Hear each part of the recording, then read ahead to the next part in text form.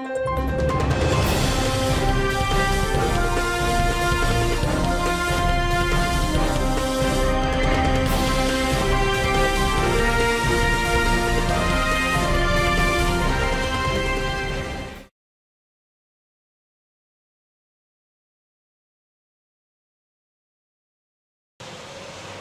savez, c'est un regard inquiet.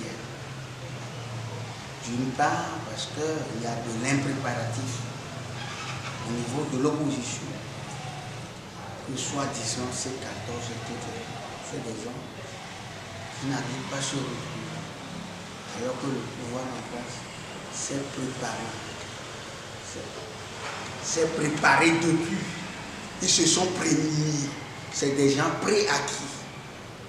Qu'est-ce que nous... Mais je l'avais dit dans l'interview que tu m'avais accordée. On sait, tu sais. Ils ont le bémol. La gâchette fatiguée. Vous leur laissez le boulevard. Il ne peut que circuler librement et tranquillement. On ne peut pas les en vouloir. Ils ont tout. C'est des ventes en guerre. Ils ont préparé un créneau.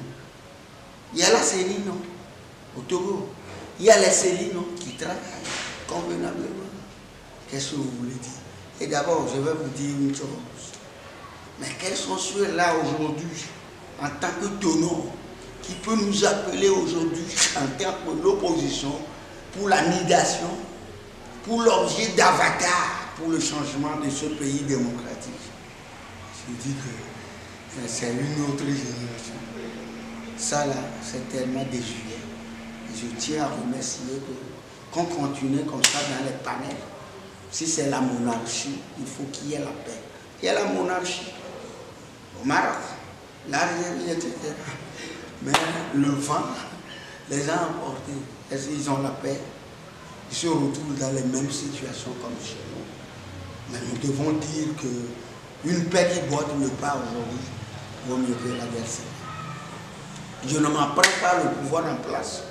Mais s'ils m'écoutent sur ce média, ils doivent comprendre que je plaide pour les deux causes.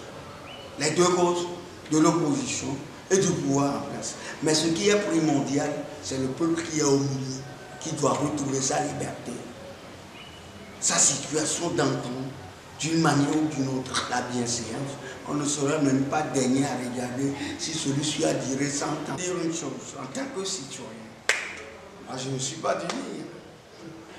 Moi je suis cariste. J'ai sa carte. J'ai milité longtemps que possible. Mais c'est une stratégie à eux. C'est une cuisine interne. Comment peut-on expliquer cette stratégie?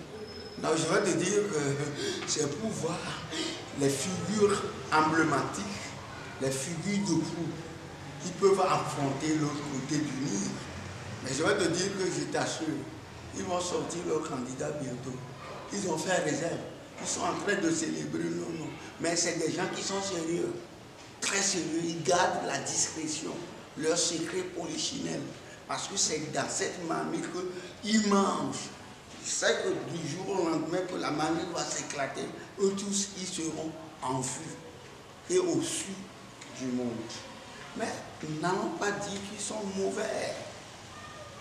Dire qu'ils sont mauvais, c'est de leur jeter de l'anathème. D'abord, c'est une stratégie politique qui les pousse à aller dans ce sens. Tu crois que l'enjeu qui est tellement capital, le présidentiel, et que l'UNI ne va pas positionner le candidat, il sait que c'est en la personne de Faure Swaziland Nyatimbe, c'est tout. En dehors de ça, il n'y a plus quelqu'un d'autre, parce que c'est des gens qui sont tellement fébrilles, très faibles, ils n'ont même pas la possibilité de l'argent. Bon, le soupape d'argent, c'est fort. On doit quand même s'incliner à lui et continuer à manger au déboire de l'opposition.